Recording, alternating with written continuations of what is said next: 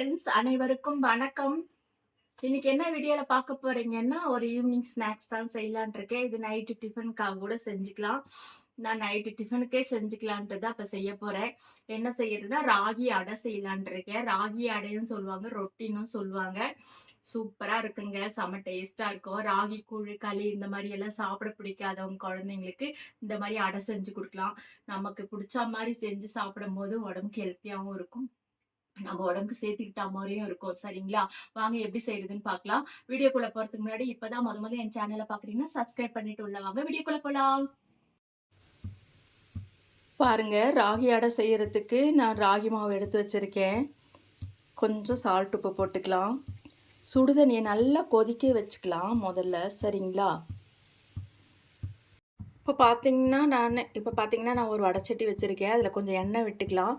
நான் கொஞ்சம் எல்லாம் வணக்கி போடுவேன். வணக்கி போடும்போது உங்களுக்கு டேஸ்ட்டாக இருக்கும். பச்சையாகவும் போட்டுக்கலாம், நம்ம இஷ்டம்தான். இந்த மாதிரி நீங்கள் ஒரு முறை செஞ்சு பாருங்கள். செமையாக இருக்கும். இப்போது நம்ம சின்ன சின்னதாக கட் பண்ண ஆனியனை போட்டுக்கலாம். பெரிய வெங்காயம் தான் கட் பண்ணி வச்சுருக்கேன், அது போட்டுக்கலாம்.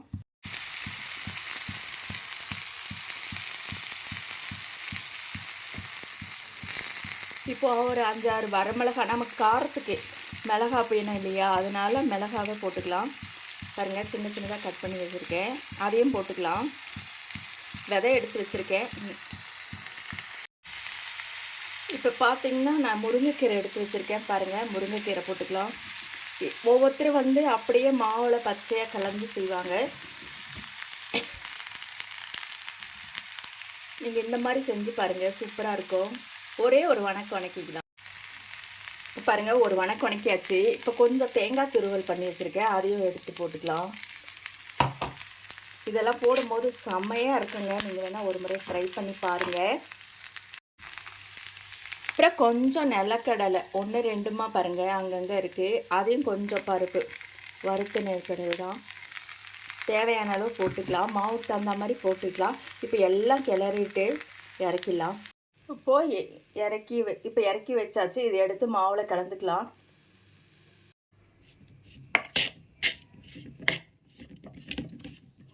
இப்போது கொதிக்க வச்ச சுடுதண்ணி கொஞ்சம் கொஞ்சமாக விட்டு நம்ம அந்த கெட்டி பதத்துக்கு கொண்டு வந்துக்கலாம்.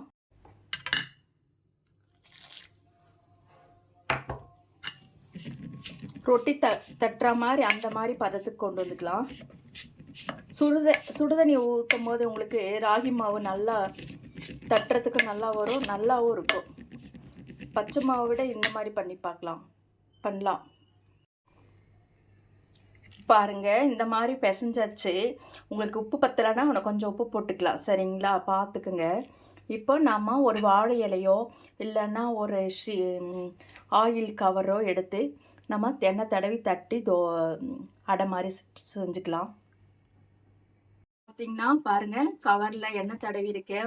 நமக்கு வேண்டிய சைஸில் உருண்டை பிடிச்சி கையில் எண்ணெய் தடவிக்கிட்டு நமக்கு எவ்வளோ கனமாக வேணும், எவ்வளோ பெருசாக வேணுமோ அந்த அளவுக்கு நம்ம தட்டிக்கலாம். தட்டிட்டு அப்படியே தோசைக்கல்ல போட்டுக்கலாம்.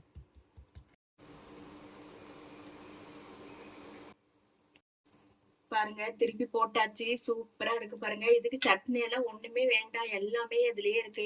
காரம் எல்லாம் நல்லாவே இருக்கும் சாப்பிட்டுக்க. வேணும்னா நம்ம இஷ்டம் தான், ஏதாவது தொட்டுக்க வச்சுக்கலாம். சரிங்களா? சூப்பரா இருக்குங்க. சூப்பராக ராகி அடை ரெடி ஆகிடுச்சிங்க. இது ரொம்ப செம்ம டேஸ்ட்டாக இருக்குங்க. நான் ஒன்று சாப்பிட்டு பார்த்தேன். இது பார்த்திங்கன்னா குழந்தைங்களுக்கு டிஃபனாக கூட கொடுக்கலாங்க, அந்த அளவுக்கு டேஸ்ட்டாக இருக்குது. நீங்களும் செஞ்சு பார்த்துட்டு எப்படி இருக்குன்னு கமெண்ட் பண்ணுங்கள்.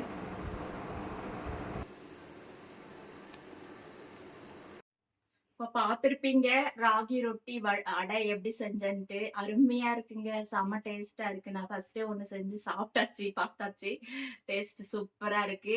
இதுக்கு சட்னி எதுனாலும் நம்ம இஷ்டம் தாங்க, நம்ம இஷ்டம் எது வேணாலும் வச்சுக்கலாம், அப்படியே கூட சாப்பிட்டுக்கலாம். சரிங்களா? அந்த வீடியோ உங்களுக்கு பிடிச்சிருக்கும்னு நினைக்கிறேன். பிடிச்சிருந்தா லைக் பண்ணுங்க, ஷேர் பண்ணுங்க, அப்படியே எனக்கு சேனல் சப்ஸ்கிரைப் பண்ணுங்க. பாய்.